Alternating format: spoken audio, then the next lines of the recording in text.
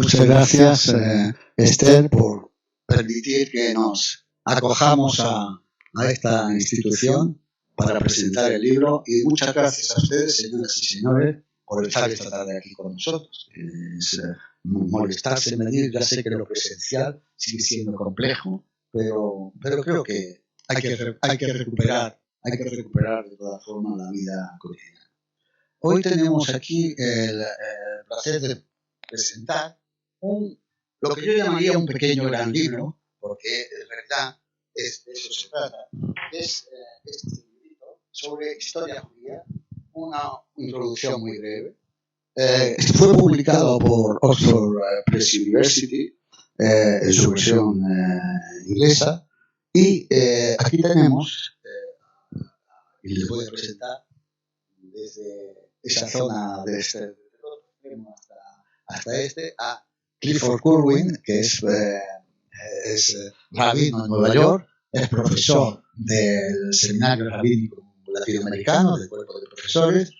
Tenemos al autor de la obra, que es este David Myers, que ocupa la cátedra de Historia Judía de la Sadi and Ludwig Kahn University, y que además de ser el autor de este libro, es uno de los 15 libros que ha publicado, y que él es uno de los más grandes expertos en historia judía en los Estados Unidos, y eso hay que mundial. Es que si es de los Estados Unidos es mundialmente. Y realmente es un placer tenerlo con nosotros. No, ha sido para mí la más grata sorpresa. Quiero decir que Clifford, volviendo, es quien me convenció de publicar este libro, quien me mostró el libro y me convenció. Él es un postre, ¿no? Y finalmente tenemos aquí a Alex Baer, o Alejandro Baer, que además de ser un buen amigo mío, es profesor en la Universidad de Minnesota e investigador del CSIC. Ha trabajado, ha sido profesor también en la Universidad de Beirut, en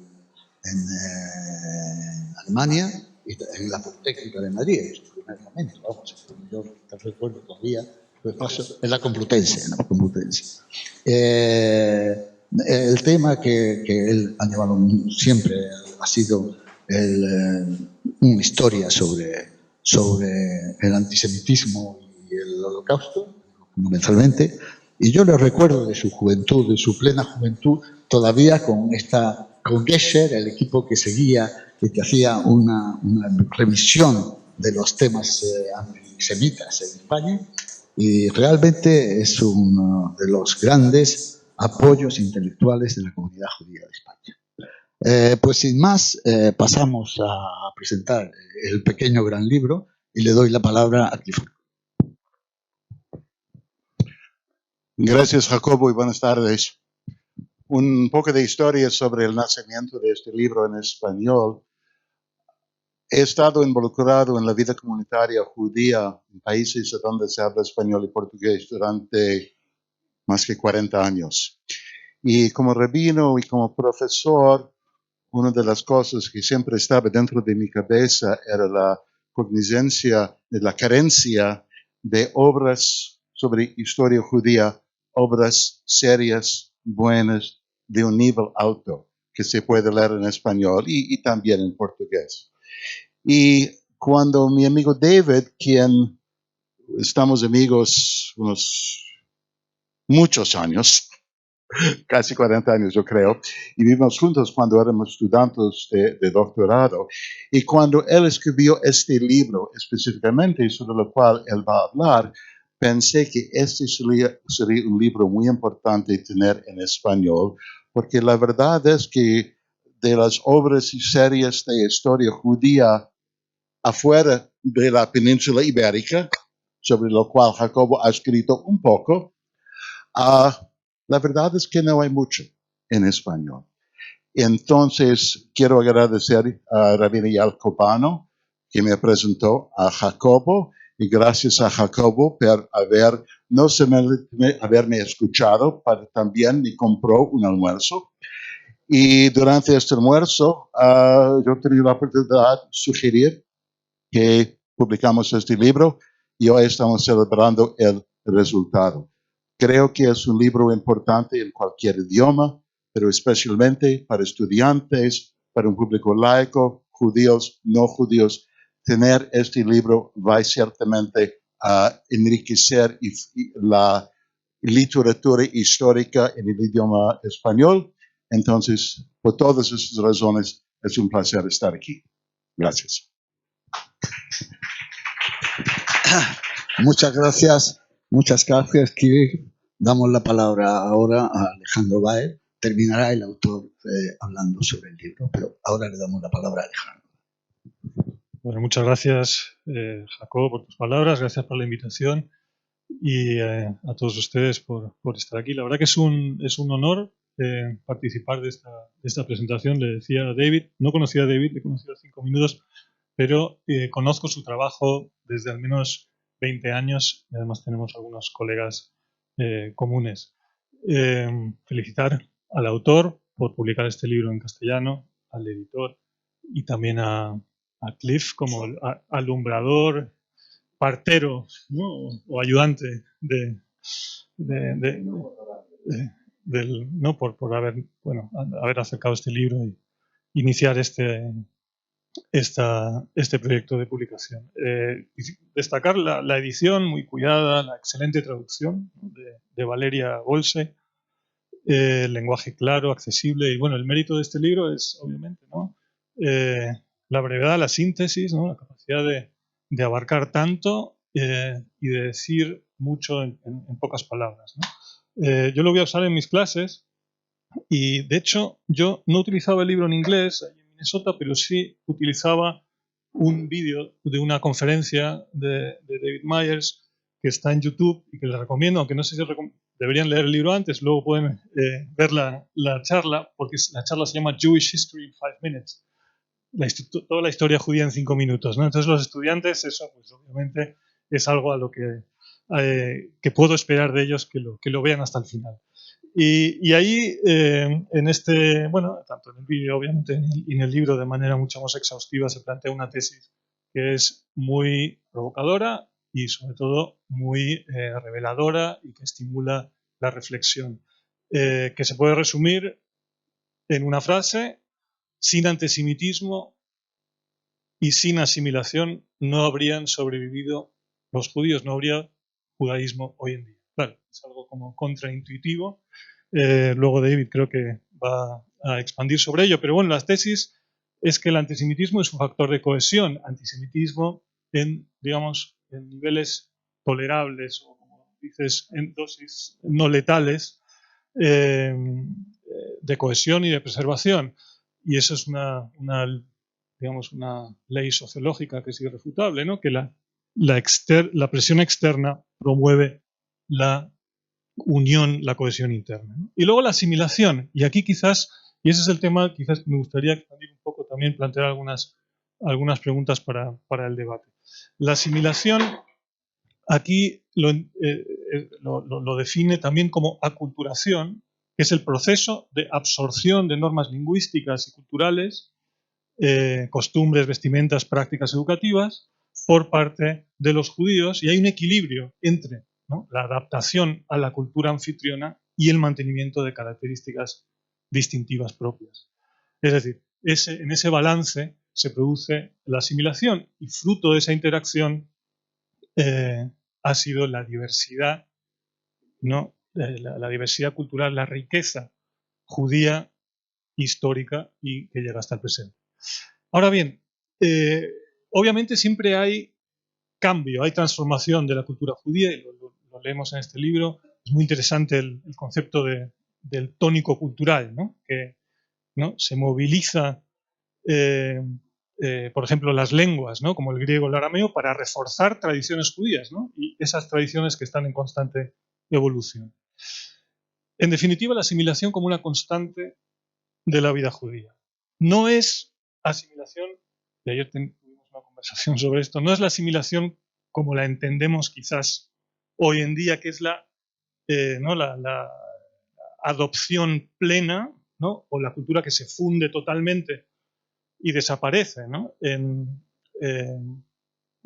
la cultura mayoritaria.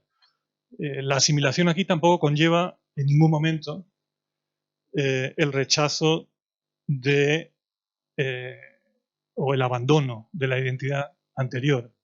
Y aquí es donde quisiera plantear algunas preguntas, porque ¿podemos realmente hablar de asimilación en estos términos en el mundo antiguo y medieval y en la modernidad? La asimilación, sobre esto, bueno, se ha debatido y escrito mucho. La asimilación en la modernidad es fruto de la emancipación política, ¿no? La Revolución Francesa, en Francia primero, un siglo más tarde en Alemania, abre las puertas de acceso a un mundo donde abre las puertas de acceso al mundo no judío, y es un mundo, como dijo Levinas, donde todo era oportunidad y nada era judío. Entonces, aquí la pregunta es, digamos, asimilación y continuidad, ¿no? Ese es el gran dilema judío moderno. Una continuidad que no está asegurada, ¿no? En el libro aparecen, como no podía ser de otra manera, dos figuras judías claves, ¿no? Dos gigantes de la historia judía: Rashi, ¿no? El rabino del siglo XI, francés, comentarista del Tanaj y del Talmud, y Moses Mendelssohn, el padre de la Escalá, de la ilustración judía, ¿no? En el siglo XVIII. Y hay y en el libro, David, tú mencionas la descendencia, tanto de Rashi como la de Mendelssohn, ¿no? Y no sabía esto, me pareció muy interesante, ¿no? Fueron los nietos de Rashi, porque no tuvo hijos varones, fueron sus nietos quienes completaron y desarrollaron la obra de exégesis de su abuelo, ¿no? Que fueron eruditos rabínicos. Segunda generación después de Rashi. Ahora, los nietos de Mendelssohn no desarrollaron, digamos, nada judío. Uno de los nietos de Mendelssohn es el músico Mendelssohn Bartholdy, pero, digamos, en el ámbito judío, lo que inició Moses Mendelssohn, ¿no? Ese intento, ¿no? De conciliar la ilustración, ¿no? con la tradición judía, no lo continuaron, porque 4 de sus 6 hijos se convirtieron al cristianismo. Es decir, se paró ahí, a pesar de eso, ¿no? de ese intento tan valioso, ¿no? Que reconocemos hoy como algo, como una clave, ¿no? Como una piedra ¿no? angular, ¿no? de cómo concebimos el judaísmo actual. Quisiera añadir un ejemplo de mi propia familia, y obviamente salvando todas las distancias con los dos gigantes de la historia judía, pero simplemente por abordar la cuestión de la continuidad. Mi abuelo, Walter Mises, provenía de una familia de rabinos de Lemberg, Bov, Leópolis, como leemos hoy en la prensa, en Ucrania, y de Brody. Estos luego emigraron a mediados, esta familia, los Mieses, emigraron a finales del siglo XIX a Alemania. De hecho, tenía un tío abuelo que escribió en varias obras, tanto en hebreo como en alemán. Se movía en los círculos de los masquilín, ¿no? De los ilustrados judíos. Y Walter nació en 1900, pero ya no era judío, ¿no? Igual que los nietos, o por lo menos la mayoría de los nietos de Mendelssohn. Fue bautizado, fue a un colegio protestante, tuvo una muy exitosa, pero corta obviamente, carrera como abogado y fiscal en Sajonia. Entonces, estas familias, los nietos de Mendelssohn, o nietos, mi abuelo, ¿no? Se habían asimilado aunque no se habían desprendido del estigma, y eso este libro lo recoge muy bien, es decir, el estigma continúa incluso entre los bautizados y por generaciones, pero sí perdieron en gran medida el sentido de pertenencia, o por lo menos, o desde luego lo que perdieron fueron las características culturales propias del judaísmo. Y eso sí, la diferencia con esta generación, la generación de mi abuelo, es que él, la generación contemporánea de la Shoah, los que se salvaron, y él tuvo la suerte de estar entre ellos, es que la discriminación en Alemania, a partir del año 33, la emigración, la vida en la comunidad de exiliados judíos en Argentina, todo esto le catapultó de nuevo a la comunidad de sus ancestros. Entonces, sobre esto quería también reflexionar y plantear algunas preguntas, ¿no? Aquello que quedaba del judaísmo, especialmente para estos inmigrados, era lo que David en el libro llama un código cultural, es decir, ¿cómo? Sí, Shulamit Volkov es quien emplea ese término, o sea, un código también étnico, tácito. No son las creencias y prácticas, porque las habían perdido los que forjaron ese código, sino los lazos sociales nacidos, cito a David, de un entorno en que los judíos se veían, hablaban y comían como sus vecinos no judíos, es decir, se habían aculturado plenamente, pero seguían siendo considerados ajenos e incluso no bienvenidos. Entonces, claro, ¿qué tipo de judaísmo reclaman o qué tipo de judaísmo pueden vivir aquellos que solo les queda ese código cultural, ¿no? Que es un lazo técnico, y sobre todo, qué tipo de continuidad puede tener ese tipo de lazo. Y en el libro aprendemos sobre la cultura, y es una pregunta, ¿eso sigue siendo cultura judía en la modernidad? Es decir, judíos que contribuyeron a la ciencia, a la cultura, a la política, que abrieron caminos en sus campos, y mencionas a Mahler o Benjamin o a Freud. Bueno, en algunos casos lo judío está más claro, en el caso de Kafka posiblemente más, en otros menos, pero todo eso es fruto de la condición social judía de esa época. Y hay una frase de Freud, que es muy citada, donde está esa condición social o ese código cultural, que como digo es vago y que es difícil de transmitir.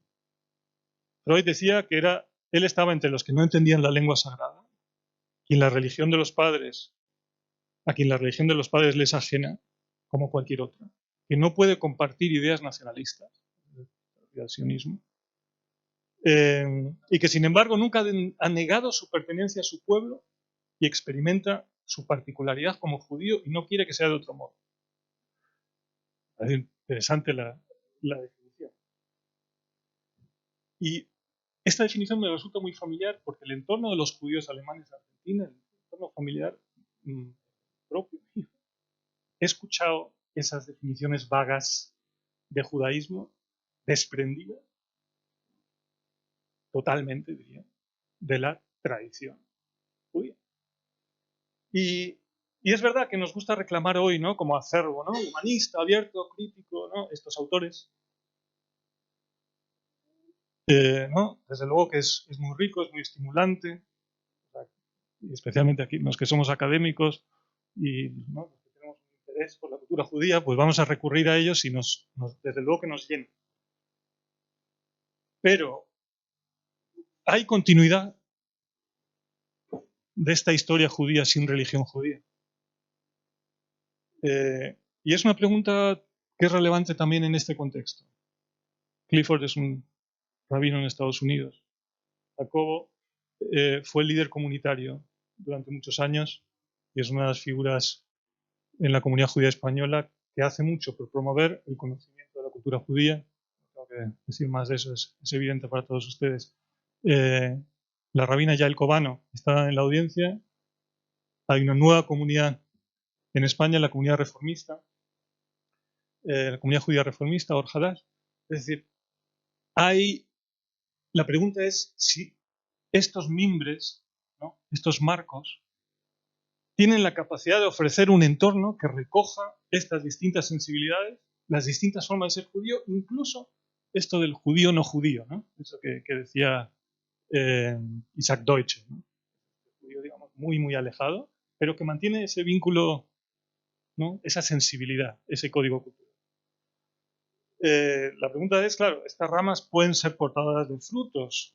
¿Cómo se incorporan a esta historia judía para que tengan continuidad? Y bueno, quiero ir terminando. simplemente ya con dos preguntas muy concretas y unos datos, ¿no? Como soy sociólogo, pues voy a las encuestas y quiero preguntar por algunos datos. A mí me sorprendió mucho en el 2020 el estudio, el Pew Research, ¿no? Jewish Americans en 2020, judíos americanos 2020, donde hay un dato que es muy sorprendente. 27% de los adultos judíos en Estados Unidos no se identifican con la religión judía. Se consideran judíos por origen étnico, cultural o familiar y tienen un progenitor judío, fueron criados como judíos, pero responden a una pregunta, es decir, incluso aquellos que fueron criados como judíos, responden a una pregunta sobre su religión actual, describiéndose como ateos, agnósticos, nada en particular en lugar de judíos. Es un dato significativo. Voy a preguntaros cómo lo interpretáis, sobre todo cuál es la evolución de esta historia judía, ¿no? Siendo uno de los pilares del judaísmo actual. Israel, Estados Unidos es fundamental, de la judería actual. ¿Cuál es la evolución de esta historia? La segunda pregunta está relacionada y tiene que ver con la publicación del libro en el 2017, el libro en inglés, 6 años más tarde, la traducción al castellano. Pero hay cambios importantes, y especialmente cambios muy importantes en Israel, ¿no? En 6 años, yo creo que diría en estos últimos 6 meses. Por lo menos son cambios que en estos últimos 6 meses han cristalizado de manera muy, muy evidente. En el libro leemos que Israel es una fuente de orgullo, de atención, de apoyo para las comunidades judías fuera de Israel, ¿no? Y es una fuente prominente y en muchos círculos dominante de identidad judía. Posiblemente siga siendo en muchos círculos, pero la pregunta es, hoy para las comunidades de la diáspora, ¿es Israel un factor de cohesión o más bien de separación? Y para terminar, el antisemitismo como elemento preservador, ¿no? Una de las, la tesis, ¿no? que atraviesa, una de las dos tesis que atraviesa este libro. Y aquí la pregunta sería si el antisemitismo sigue siendo preservador, porque, y esto, bueno, tómatelo como una pequeña provocación, David, la cuestión del antisemitismo, no tanto el antisemitismo, sino el tema del antisemitismo, el debate sobre el antisemitismo, la definición del antisemitismo, se ha vuelto un elemento de polarización, ¿no? De desunión, especialmente en Estados Unidos y en el Reino Unido, pero no solamente, y entre académicos a niveles de guerra nuclear, diría yo. Pero no solamente, también en las comunidades, ¿no? Tú lo ves también. Entonces, bueno, quisiera dejarlo ahí, agradeceros de nuevo, felicitar al autor y, bueno, un libro que plantea preguntas, siempre es un libro que, ¿no?, ha cumplido su cometido, así que gracias.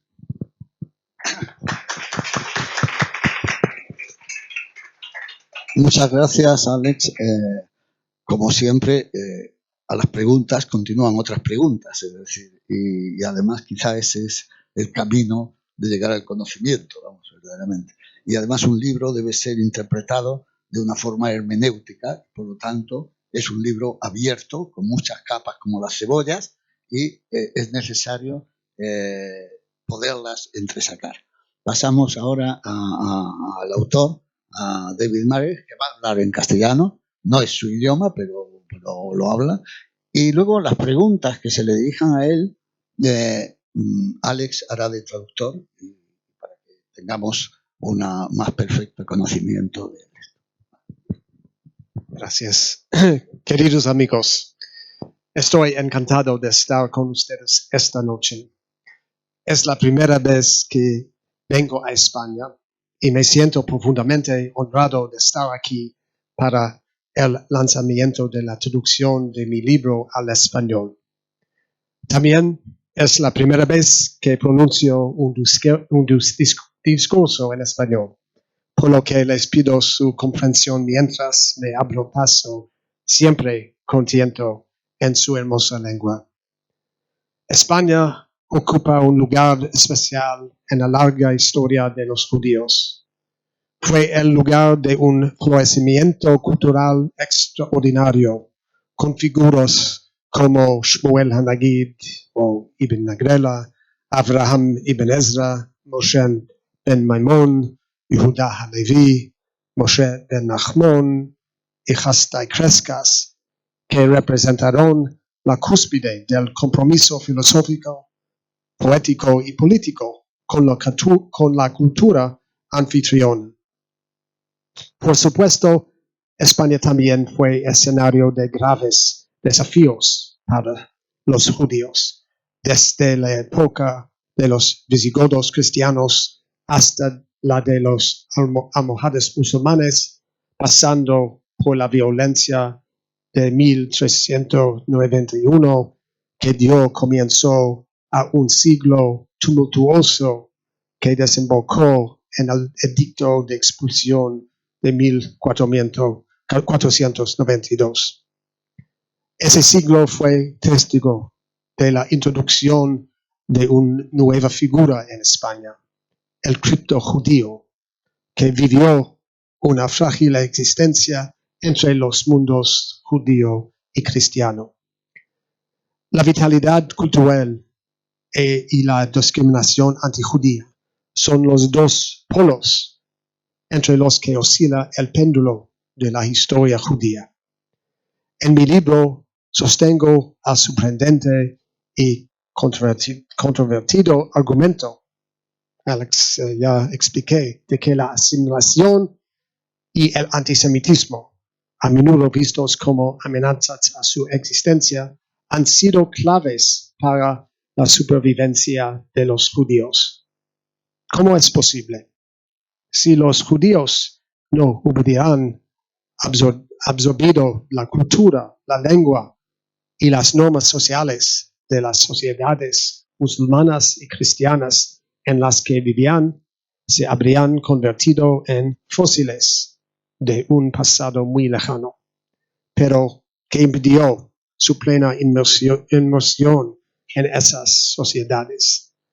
La persistencia del sentimiento antijudío en dosis no letales, marcó los límites a la integración de los judíos.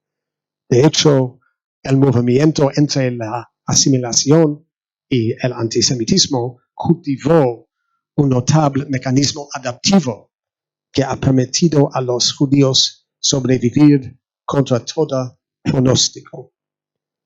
Es una historia extraordinaria e inspiradora, y una que no puede contarse simplemente de forma cronológica.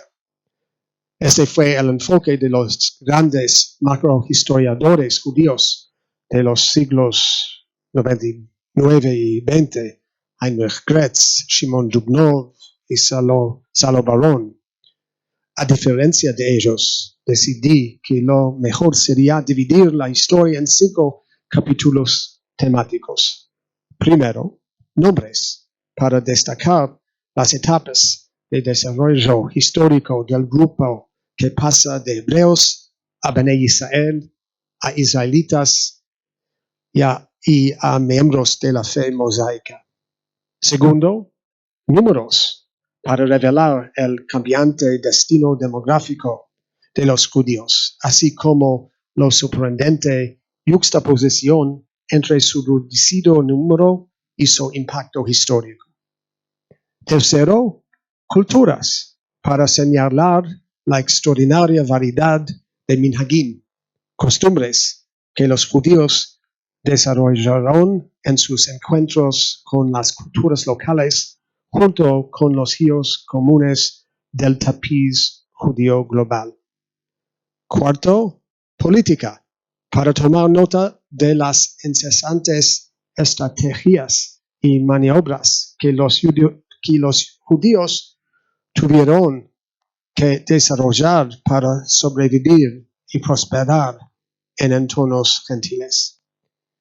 Y quinto, percepciones, para examinar la manera en que los judíos se entienden a sí mismos y han sido entendidos por otros, lo que nos ayuda a comprender la persistencia del antisemitismo. Y aquí me refiero a la extraordinaria variabilidad de nombres e imágenes que los antisemitas dan a los judíos. Asesinos de Cristo, cosmopolitas desarraigados, capitalistas codiciosos y judea bolcheviques.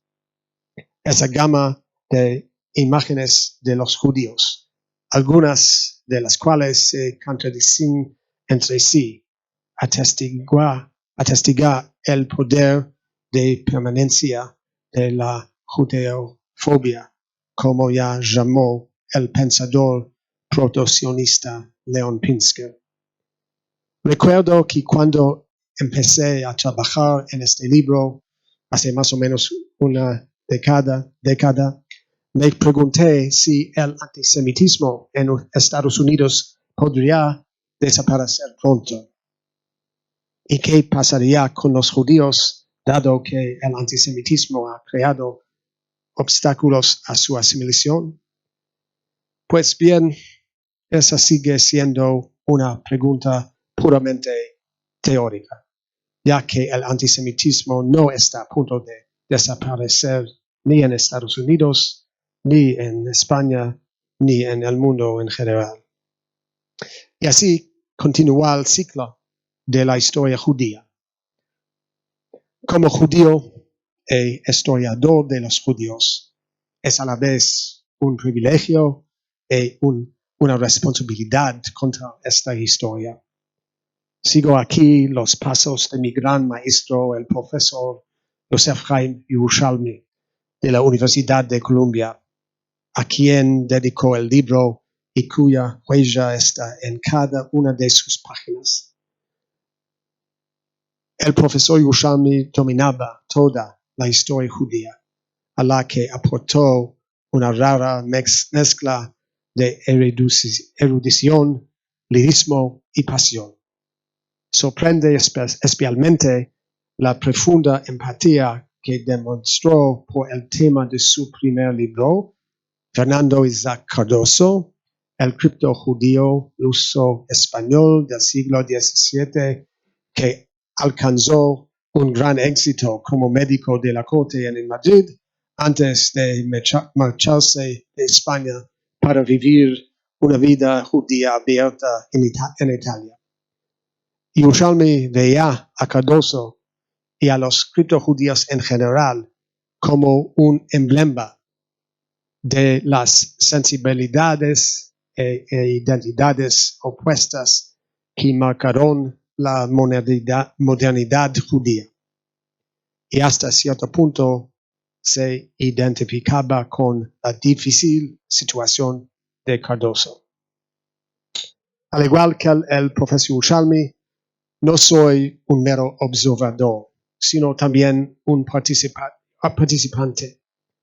Escribir una historia completa de los judíos es comprender la dinámica entre vitalidad y tragedia, diversidad y unidad, preservación e innovación, que se desarrolla a lo largo de miles de años.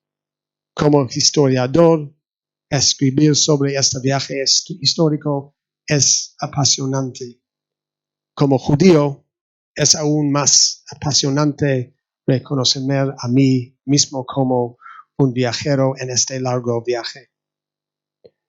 Quiero concluir reiterando el honor que supone para mí estar aquí en Madrid, en un centro dedicado a la cultura judía. Gracias al Centro Sefarad-Israel por abrirme sus puertas, y agradecimiento especial al señor Jacob Israel Garzón por su disposición a publicar este libro como parte de su rica serie de obras sobre la cultura judía. Y por supuesto, quiero expresar mi agradecimiento a mi querido amigo, el rabino Clifford Kulwin, por su ardua labor en la organización de la traducción de este libro. Y por último, nuestra presencia aquí nos recuerda la inextinguible fuente de perseverancia judía que alimenta la vida judía aquí en España, uno de los centros más importantes en los largos anales de los judíos. Buenas noches.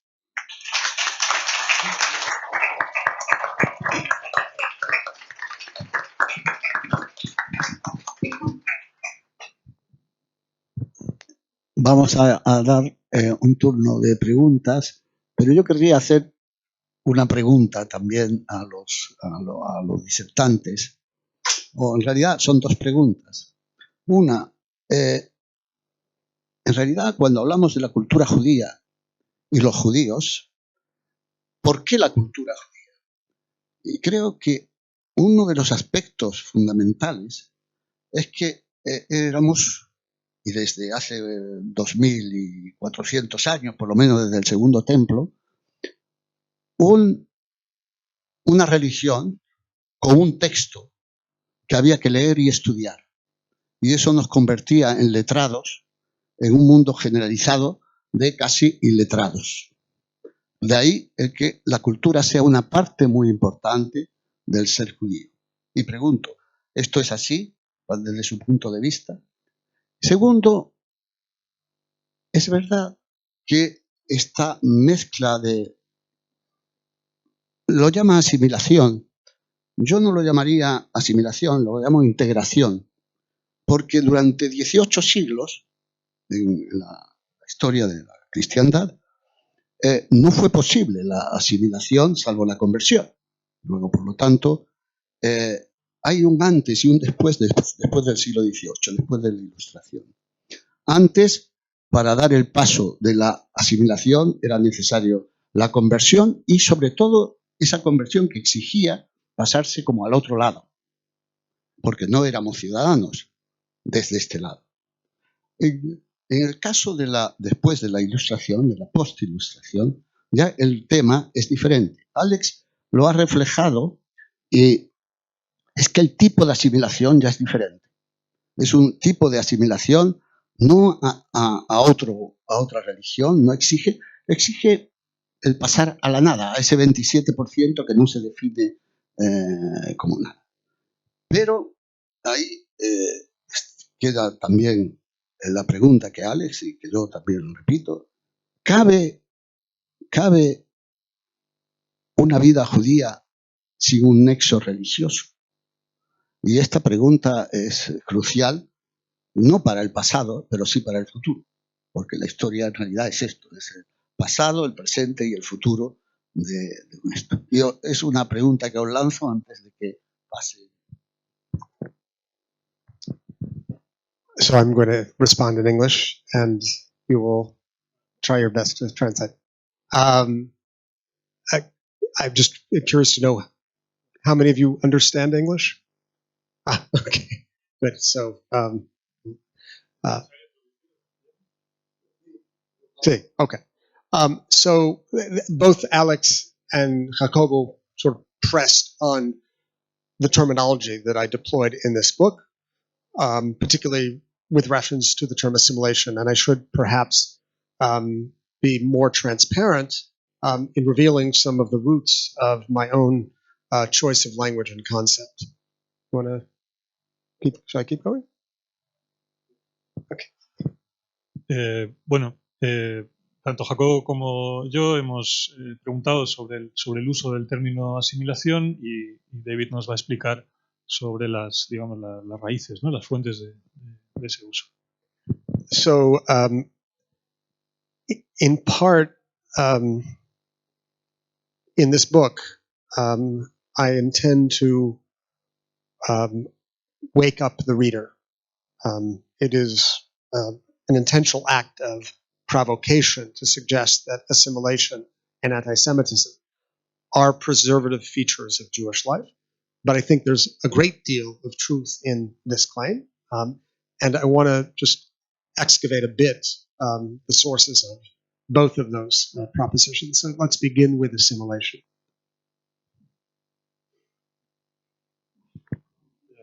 El objetivo del libro era despertar al lector y como un acto de provocación. Aún así, creo que hay mucha verdad en la formulación de la tesis sobre la asimilación y el antisemitismo. So, my use of the term assimilation, which sociologists, as Alex knows very well, might well translate by the term acculturation, my use of, or I think Jacobo said integration, draws from a classic article, which I need to mention everybody on stage, which Clifford knows well. Kind of stunning piece of profound insight by a great and underappreciated late 20th century historian by the name of Gerson Cohen, who was a professor of Jewish history at Columbia University and also the chancellor of the Jewish Theological Seminary.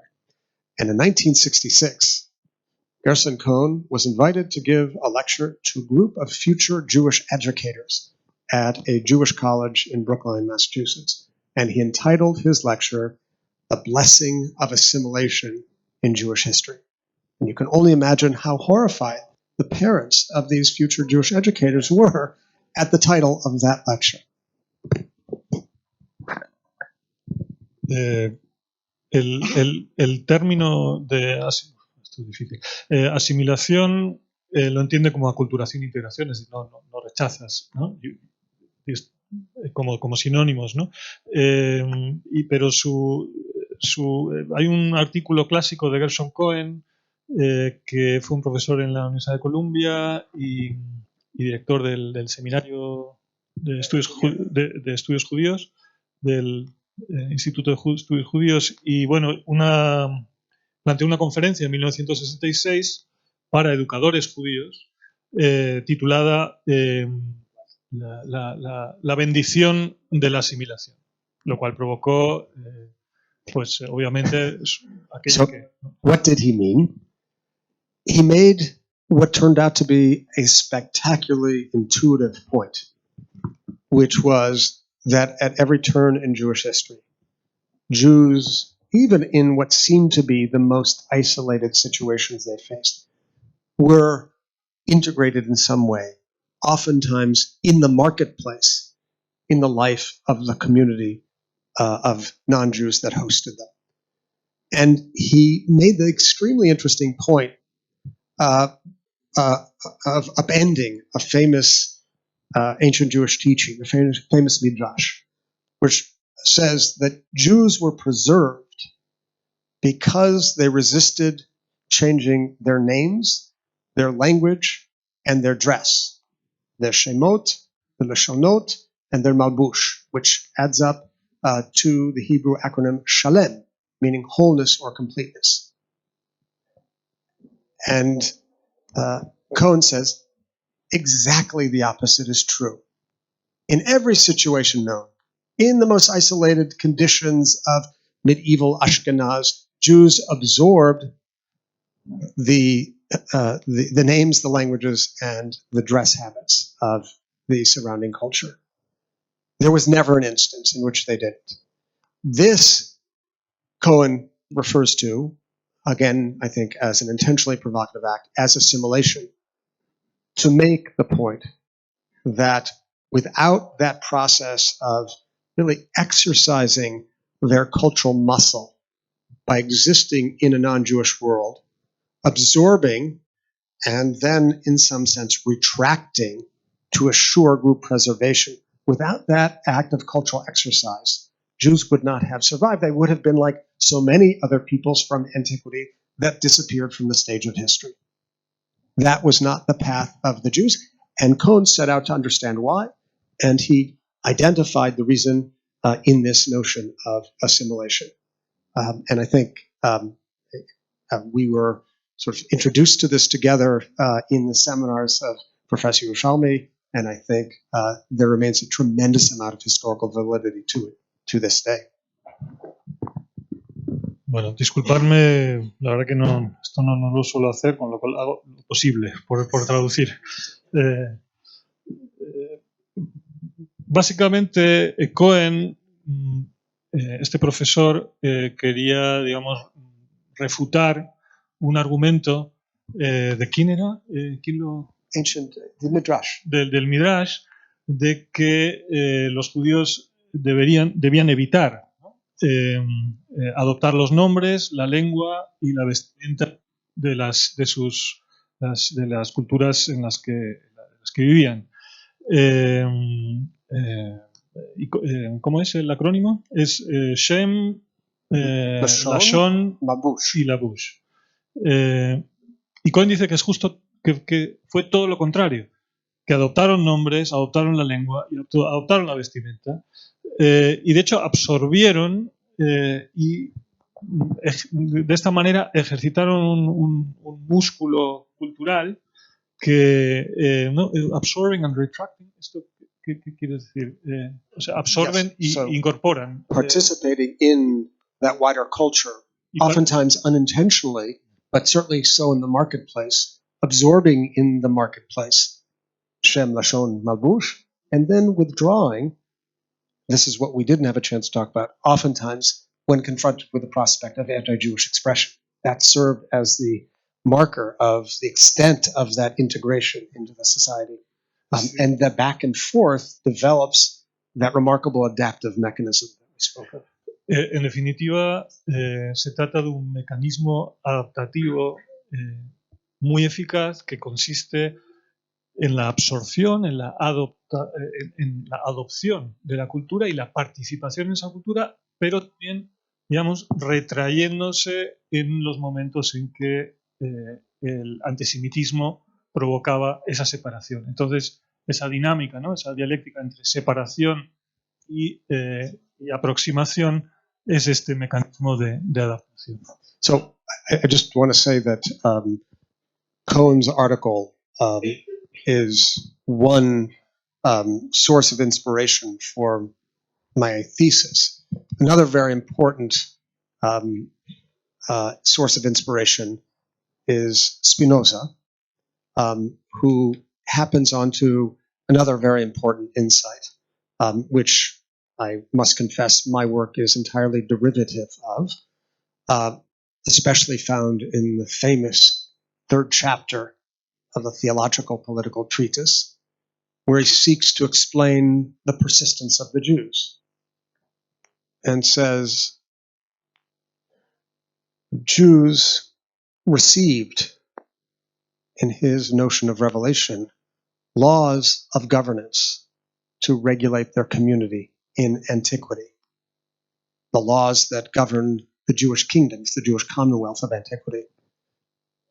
But after Jews lost their kingdom, most definitively in the year 70 of the Common Era, they continued to adhere to those laws. And here's the move that we have to follow. The continued adherence to those laws meant that the Jews separated themselves to a great extent from the rest of the non-Jewish world. And that separation brought down upon them a measure of anti-Jewish antipathy. And that anti-Jewish antipathy reinforced Jews' own sense of distinctiveness, leading Spinoza to anticipate one of the claims that Freud himself instantiated when he said, I had no real recognition that I was a Jew until I was a student at the University of Vienna and encountered an anti-Semite who called me a Jew. And in that way, that sort of here echoes of South's famous anti-Semite and Jew ring in our ears. In that way, anti-Semitism serves to preserve or reinforce a sense of Jewish distinctiveness. So that's, in some sense, the other major theoretical inspiration. On one hand, Cohen's notion of assimilation and Spinoza's notion of the preservative force of anti-Semitism. Además de Cohen, otra fuente de inspiración en este libro es Spinoza y su argumento sobre la fuerza preservadora del antisemitismo. Y en particular en el capítulo 3 del tratado escribe sobre cómo los judíos recibieron leyes de gobierno desde la antigüedad que provienen de las monarquías judías, ¿no? de la Biblia, y continuaron adherencia a esas leyes, mantuvieron esas leyes cuando ya no eran soberanos, es decir, en la diáspora. Y digamos, esa misma práctica de de la ley, del seguimiento de la ley, los separó y generó antipatías en las culturas en las que vivieron. Ese rechazo, el antisemitismo, reforzó el sentimiento de una identidad distintiva propia. Y David mencionaba a Freud, es decir, como un ejemplo donde la conciencia judía aparece con el antisemitismo en la Universidad de Viena cuando es rechazado, atacado como judío.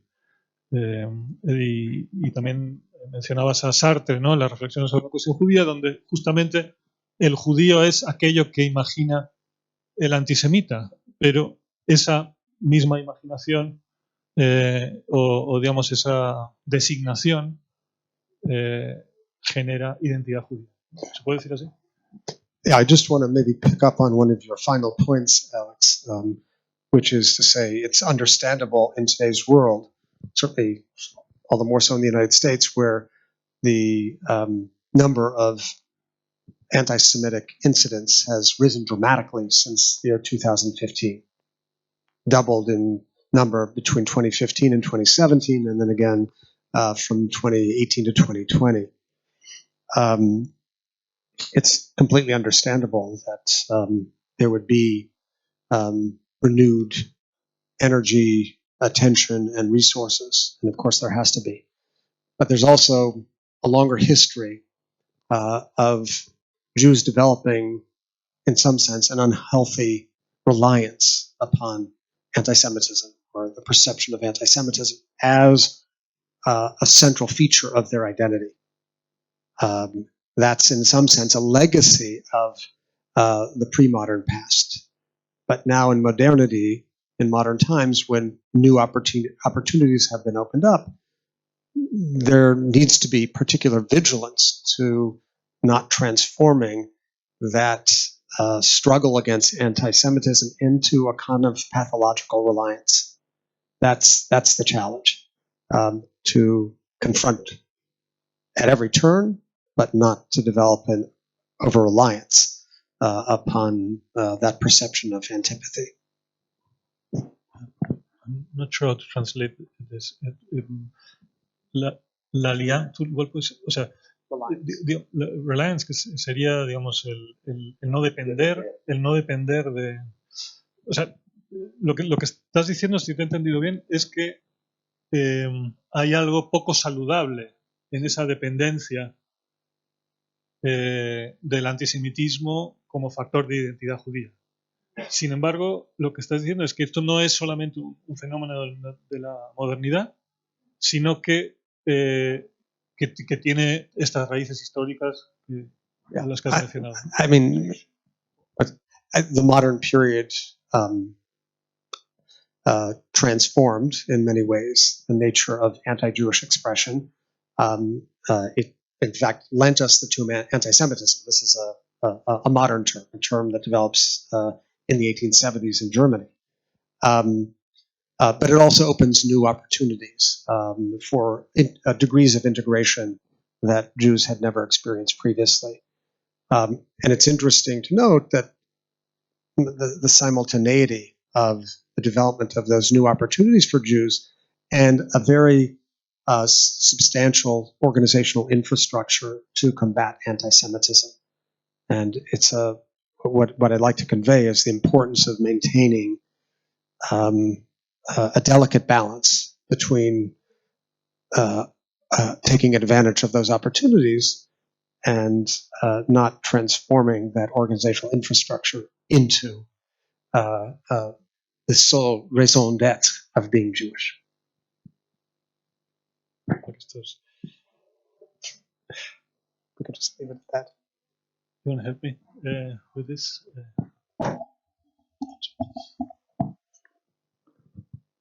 Eso es la primera vez que hago esto. La idea es que con antisemitismo en la época moderna hay el potencial de un peligro, que identidad judía puede depender, puede ser personas judíos, algunos judíos por lo menos pueden depender en antisemitismo como un fuente de su identidad judía. y es en peligro, porque por un lado, antisemitismo es real, existe, y tenemos que enfrentar este fenómeno, pero por otro lado, tenemos que tomar cuidado que lo que decimos que estamos enfrentando es realmente lo que estamos enfrentando fenomenológicamente. Y este es el balance sobre el que él estaba hablando que tenemos que mantener. Y específicamente él menciona organizaciones judías, específicamente, pero no solamente en América del Norte, que existen para combatir el antisemitismo y una realidad de la vida, no la vida judía, la vida cualquiera, es que en cuanto hay una organización que tiene líderes, que tiene empleados, que tiene presupuesto, etcétera, tiene una razón en sí para continuar providenciar para todas estas personas. Entonces, no es necesariamente que como organismo va a responder solamente a lo que existe verdaderamente, va a tomar algunas libertades quizás para se cuidar mejor. Y este es un peligro sobre el cual tenemos que tener cuidado. Bueno, pues ahora damos la palabra a quien quiera tomarla. Bueno, gracias. He llegado tarde, no he podido escuchar todo, pero seguro que, digamos, la última parte que he escuchado era tan interesante como la primera. A raíz de estas cuestiones planteadas, sí me gustaría resaltar un caso concreto muy patológico, que es la relación entre Mahler y Alma Mahler. Alma Mahler, que era la esposa de Mahler, seguramente era una gran antisemita, y en esa tensión, digamos, de relación de, voy casi a decir el término un poco atrevidamente, superioridad e inferioridad, es donde se movía esa relación. De tal manera que la obra de Mahler no se puede entender sin ese pozo de antisemitismo que convivía con su esposa, ¿no? Quiero hacer ese comentario y no sé si a partir de ahí podéis hacer algún tipo de...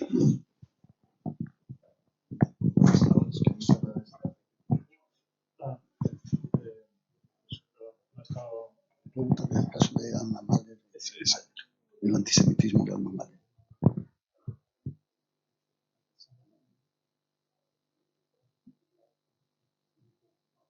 Mahler no se puede entender sin el antisemitismo. Yeah, so that's what I thought. Okay, I don't have much to add to what you have already said, because I think your thesis sort of answers the question, or I should say your question lays out the grounds of a thesis. But I do want to say that the period in which Alma and Gustav emerge is one of the most fertile and tension-filled historical periods in modern history. So we're talking about the late 19th or early 20th centuries, when, as I just suggested, new opportunities for Jews to enter into European society are emerging at a time which triggers enormous anxiety on the part of Christian Europe that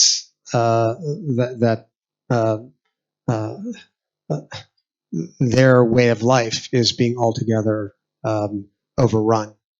And one of the most interesting reflections of that fear that I know of is from some of the first anti-Semitic theoreticians who we see in Germany and German-speaking lands in the 1870s and 80s, who say that the grave danger that modernity represents is that the Jew is no longer identifiable by virtue of dressing differently or speaking a different language or insisting on eating different foods, but is in fact invisible to us and bears within him a danger that can erase and erode and override our culture without our even being aware of it. This is the thesis of the person who invented the very term anti-Semitism, Wilhelm Marr, who wrote a book about the victory of Judaism, Jewishness over Germanness. And one of the things that I think it's very important to note is, and this is reflected in the case of the Mahlers, is the proximity of these new possibilities afforded to Jews, especially in the late 19th century, a period of modernism, modernist experimentation in so many realms of culture, in music, in literature, in art. Again, standing alongside this intense fear of the insider alien who could undermine the very fabric of culture. That contiguity was itself the source of tremendous cultural energy. It's what and also an entirely new political culture in the world in which the Mahlers dwelt in Vienna. The famous Princeton historian referred to politics and culture in a new key, sort of borrowing the image of music to understand the politics of that era. But I want to just call attention to the contiguity of the new possibilities open to Jews, the new possibilities afforded by new modes of cultural and artistic experimentation, and the intense fear that the one-time alien has become an invisible insider who can now destroy from within. Voy a resumir un poco. Bueno, el contexto político-cultural Sí, ¿Puedo pasar a mi pregunta? Contesto un momento y ahora traduzco y enseguida pasamos a más preguntas. El contexto, digamos, de final del siglo XIX en Alemania es un contexto, digamos, cultural que ofrece nuevas posibilidades de experimentación cultural y artística, ¿no? El modernismo en arte, en literatura, en música, ese es el mundo en que viven los Mahler. Pero claro, esas nuevas posibilidades, hay una tensión. Están al mismo tiempo está el estigma, digamos, o digamos el antisemitismo de la época que plantea, o digamos que la ideología antisemita dice que los judíos ya no son identificables, ¿no? Y la invisibilidad del judío es un factor de peligro porque los judíos socavan las sociedades, ¿no? La salud del cuerpo social. Entonces, aquí lo que plantea David es que precisamente esa tensión, ¿no?, entre la apertura y la nueva posibilidad y ese peligro, esa presencia constante del antisemitismo, produce una energía cultural extraordinaria. Y en ese contexto, Mahler y me imagino que muchos otros han producido sus obras. Bueno, congratulations to the author and the editors of this book. First, tengo dos preguntas. La primera está con la asimilación. Spinoza no podía saber que en el siglo XX los judíos recuperarían su reino, ¿verdad? Entonces, sí, en el siglo XX los judíos tienen su Estado. Es lo que perdieron y lo que Spinoza mencionó cuando explicaba cosas. Entonces ahora un proceso al revés. Entonces, ¿no será la asimilación ya no tan peligro para la cultura judía? Tiene base en Israel, ¿no? Es la primera pregunta. Sería a lo mejor otro nivel, ¿no? Y la segunda es, yo entendí los enfoques de su libro con lo que ha expuesto. Es distinto del libro que yo leí sobre historia judía, que es de Max Diamond, ¿sabéis? ¿No? Jews, God and History. Y yo creo, en aquel libro hay muchos hechos que se basan sobre libros sagrados, pero no sobre hechos históricos de verdad que se han comprobado. Cuando usted escribió este libro, se han aportado en este tiempo, entre el año 62 y el siglo XXIII, más datos comprobados sobre la historia judía. Pues esto es lo que tengo. Gracias.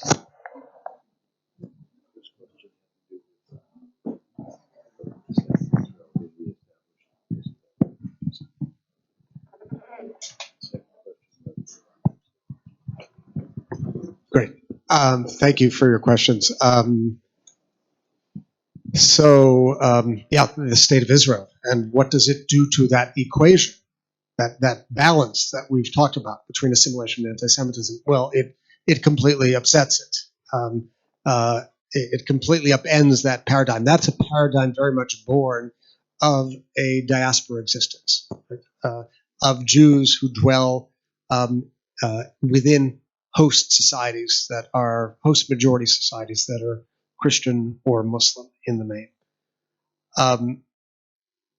And I think it's a very real question to ask if we argue that assimilation, in the sense that I've suggested, the absorption of the names, the languages, and the dress norms, and by extension, the customs of the host society, if that dynamic of integration and then retraction comes to an end, what will be the fate of Jewish culture?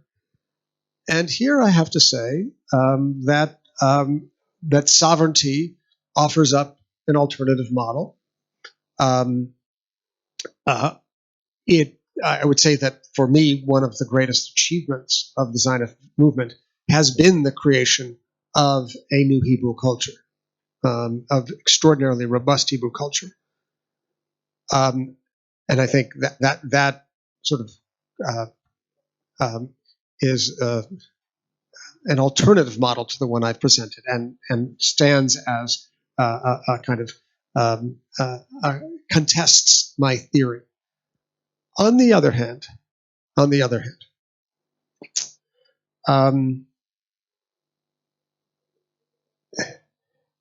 for many Jews in Israel, their Jewish identity rests in the fact that they are citizens of the state of Israel.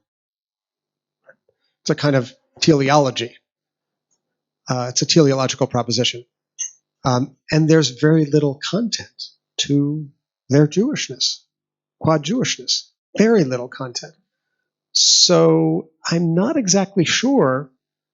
So we have two countervailing data points. One is the extraordinary revitalization of Jewish culture from Eliezer ben Yehuda, say, through Chaim Nachman Bialik to Shai Agnon, the Israeli Hebrew Nobel laureate, through to, say, the great writers of today, David Grossman, the recently departed Meir Shalev, and on.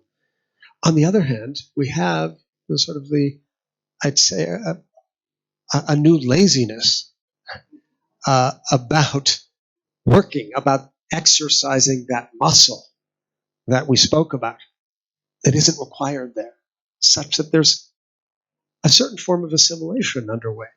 And I want to qualify that with one other comment in a second. And the state of Israel and the Zionist project really arose. The Zionist project arose as an antidote to the vitality of anti-Semitism, this new form of anti-Jewish expression, racially based, that takes rise in the last quarter of the 19th century.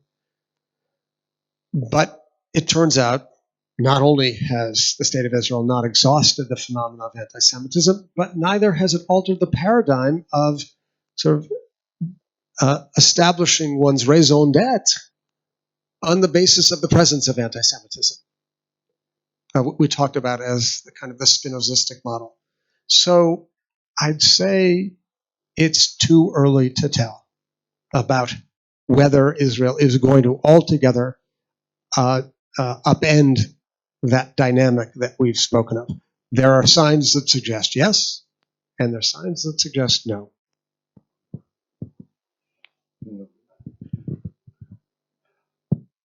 My turn? Actually, I want to add another question, and then Alex can summarize everything. I agree with what you said, but I think there's one other component, and that is, you spoke before about anti-Semitism. Disculpe, okay.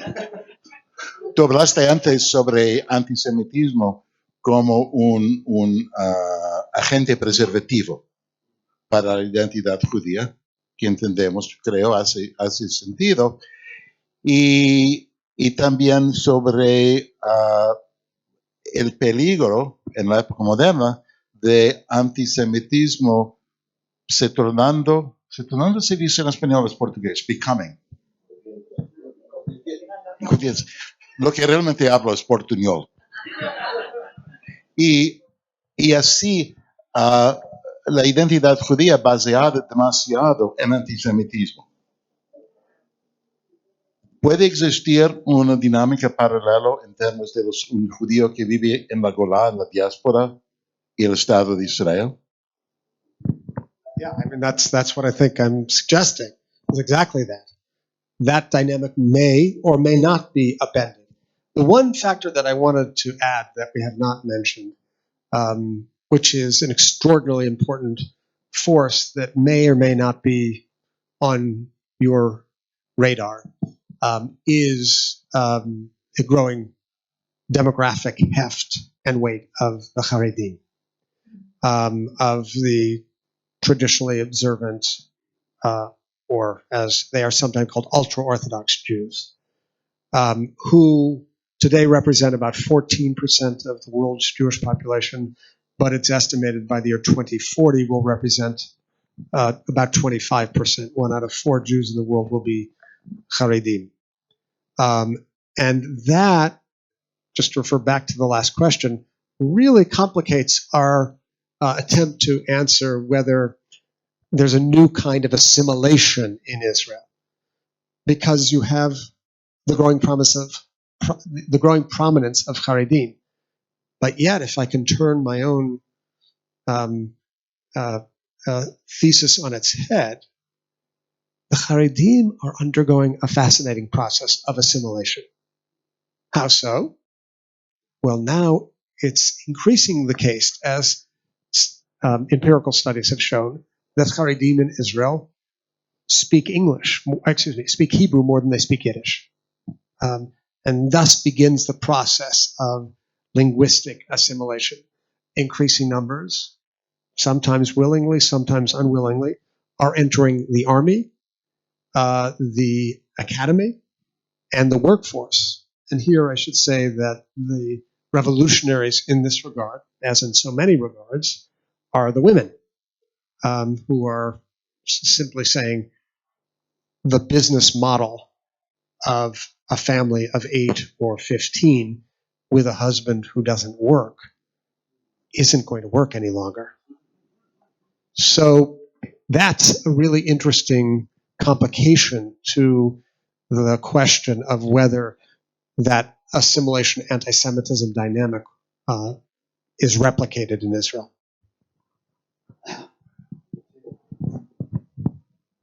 Okay. Thank you, David, and thank you everybody involved for this presentation. And my question, I think I can see clearly how anti-Semitism acted as a maybe preserving feature for the Jewish identity, in the sense that it was a constant reminder of who you are not, better. But I don't think I see clearly how assimilation acted as such. Because if I think of the Jewish communities I study, Jewish communities in medieval Spain, medieval Iberia, both Muslim Iberia and Christian Iberia, I wouldn't say they are assimilated or they experience a process of assimilation in the sense that they live in a vacuum and then at every instant they decide if they adopt this name or this language They are just a product of the same as Christians and Muslims they are. So I don't know if it would be better, and this is my question in the way of a statement, to say that it was the stubbornness, in a positive note, the stubbornness of keeping the Jewish traditions, the Jewish language, and the Jewish names, what kept the Jewish identity alive, more than the unconscious process of assimilation. And just to mention an example that you mentioned before, David, was Shmuel Anagid. Shmuel Anagid for the Jewish community, for everybody else, was Ismail ibn Nagrila. So, to what extent assimilation is the second, together with anti-Semitism, the second preserving feature, and not maybe the desire, the resilience, or the resistance to assimilation as a natural flow?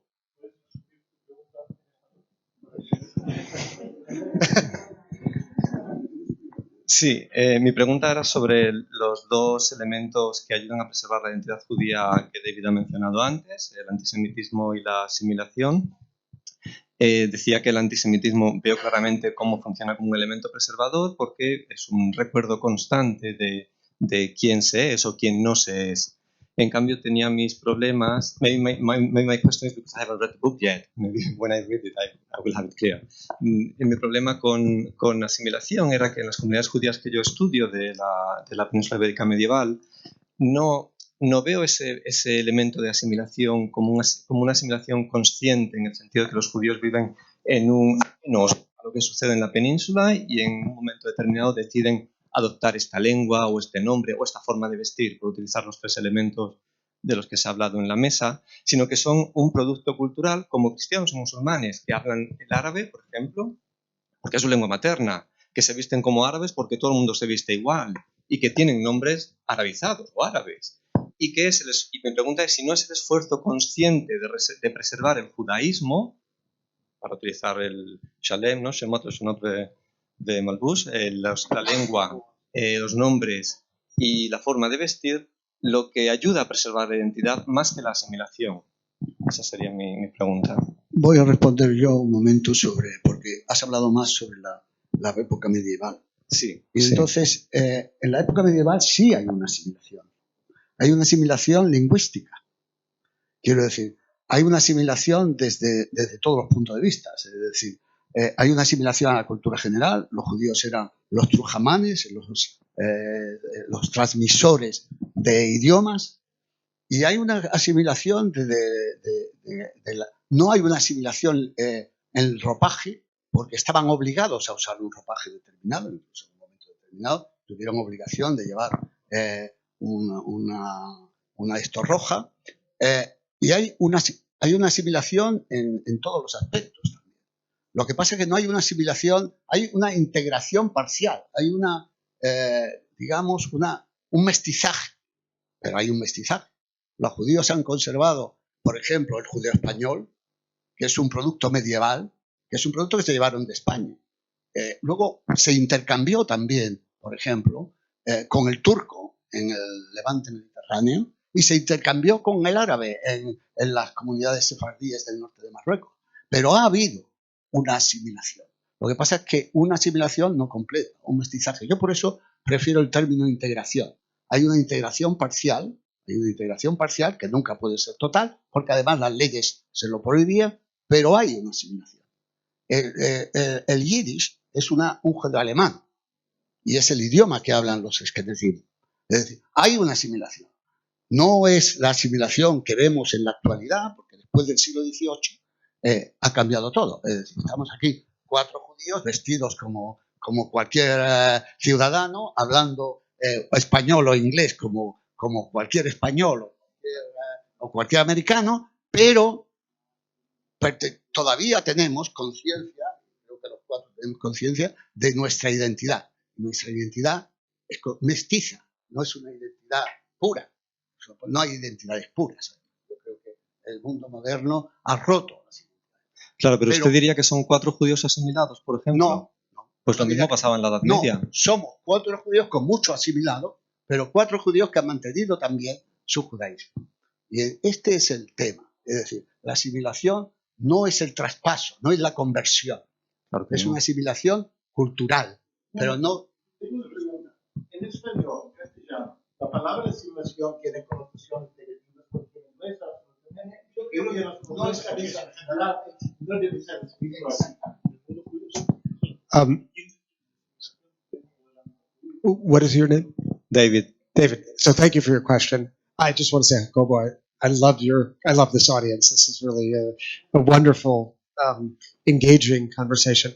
I think we can disagree about what we mean by assimilation, and also agree on the extent to which I've pushed the term to the limits of its linguistic possibilities. I will grant you that, and we can sort of debate, whether or not it's exactly the precise form, but it was a heuristic device to get people to think and realize what I think the example of Shmuel HaNagid really exemplifies, which is the extraordinary extent of cultural and political integration, in his case, into a non-Jewish culture. And we know, as a medievalist, of the many profound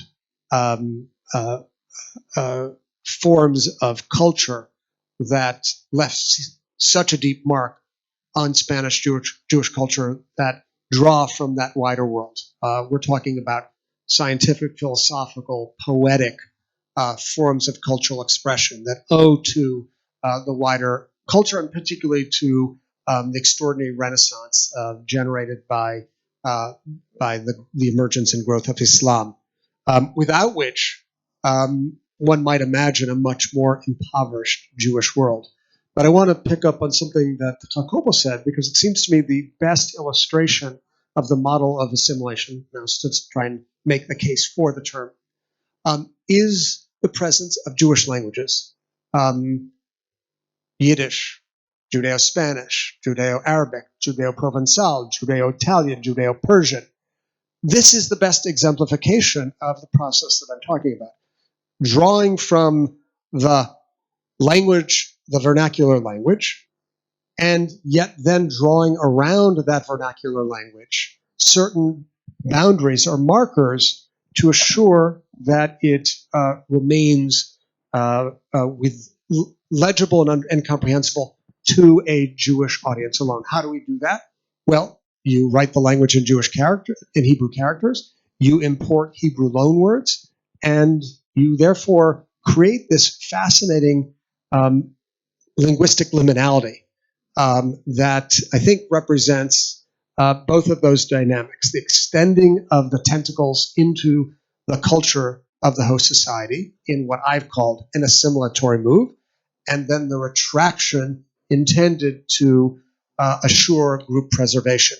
That's the dynamic that I think is triggered by what I've called assimilation, but which you and I will amiably disagree over after. Bueno, nos dicen que tenemos que terminar, porque a las 7:30 estaba previsto terminar. Muchas gracias a todos ustedes, muchas gracias a David por estar aquí y por haber escrito este pequeño gran libro que nos da una idea de la interpretación, no una interpretación desde lo religioso, etcétera, sino una interpretación desde la historia laica, desde la economía, la sociología, la política y la historia en general, cómo el pueblo judío ha podido preservarse. Hay libros ahí a disposición del público que quiera y David los firmará con mucho gusto. Muchas gracias.